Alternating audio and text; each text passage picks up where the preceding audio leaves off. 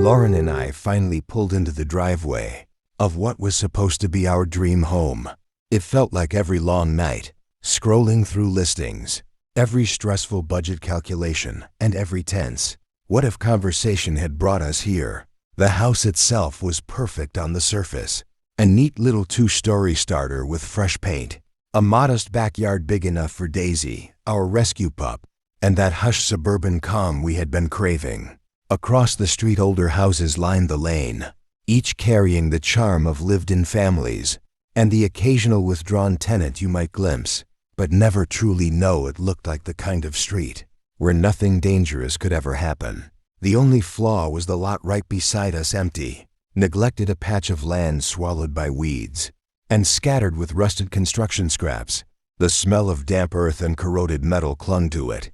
I brushed it off at first, but deep down something about that lot made me uneasy, as if it was holding on to a secret that didn't want to be uncovered. Lauren noticed too. She wrinkled her nose the first afternoon and murmured, "It just feels wrong." I tried to reassure her, "It's not ours to worry about. We've got our home now," but even as I said it, I felt the same knot of unease tightening inside me. The first sign of trouble was almost too subtle to notice. One evening while grilling in the yard, Daisy barked furiously at something across the lot. I followed her gaze and froze. A figure stood there, still as stone in the center of the overgrowth. It was human-shaped, no movement, no gesture, just watching. My hand went to the porch light switch. The instant it flicked on, the figure dissolved into the shadows. I forced a laugh, muttering that it was probably a curious neighbor, but the tension in my gut refused to ease. Then the small disturbances began. Our motion-activated floodlights flickered, unpredictably, never steady, always jittering, as if someone was playing with the wiring. From the dark at night, faint, scraping sounds brushed against the siding of the house, deliberate and slow, like nails testing the walls.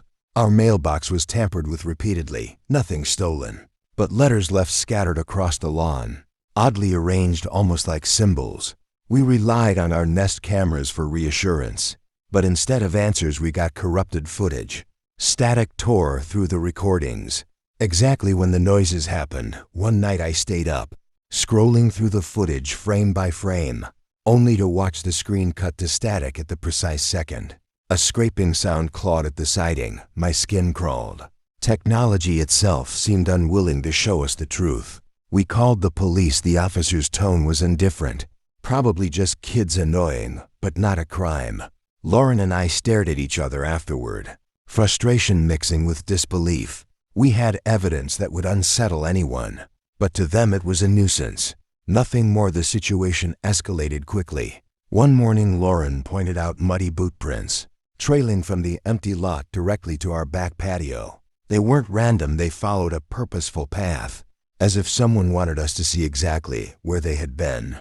I measured the prints against my own shoes, suddenly aware that whoever it was seemed to know where we walked, where Daisy played, where we lived our lives. And then came the night that shattered any illusion of safety. At 3 a.m. my phone buzzed with a Nest alert.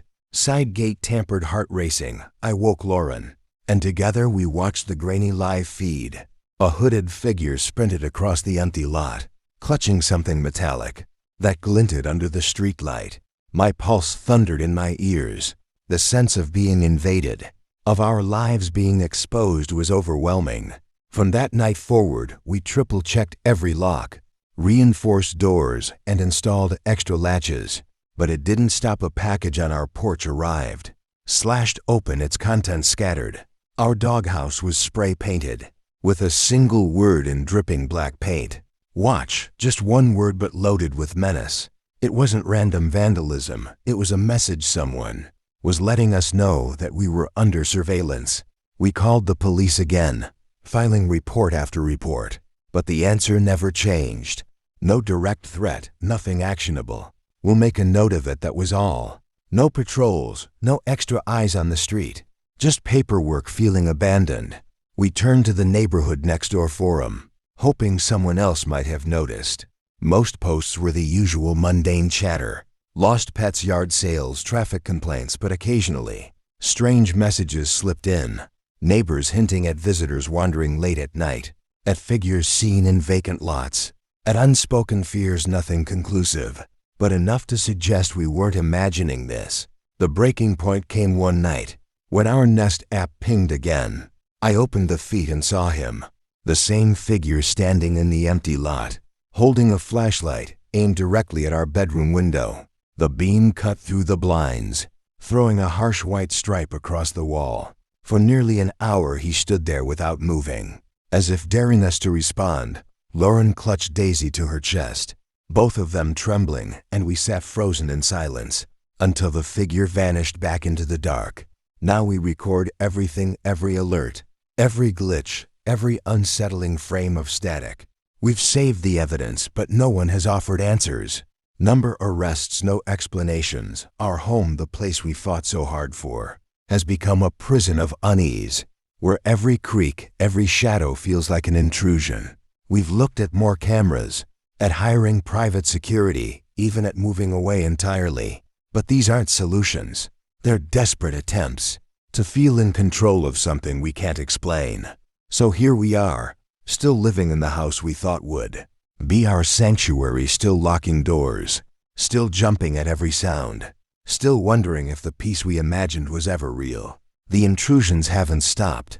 Maybe they never will, but at least we stay vigilant, because that's all we have left. The faint hope that someday the watching will end, or at least that we'll find the strength to reclaim our home from whatever has claimed us.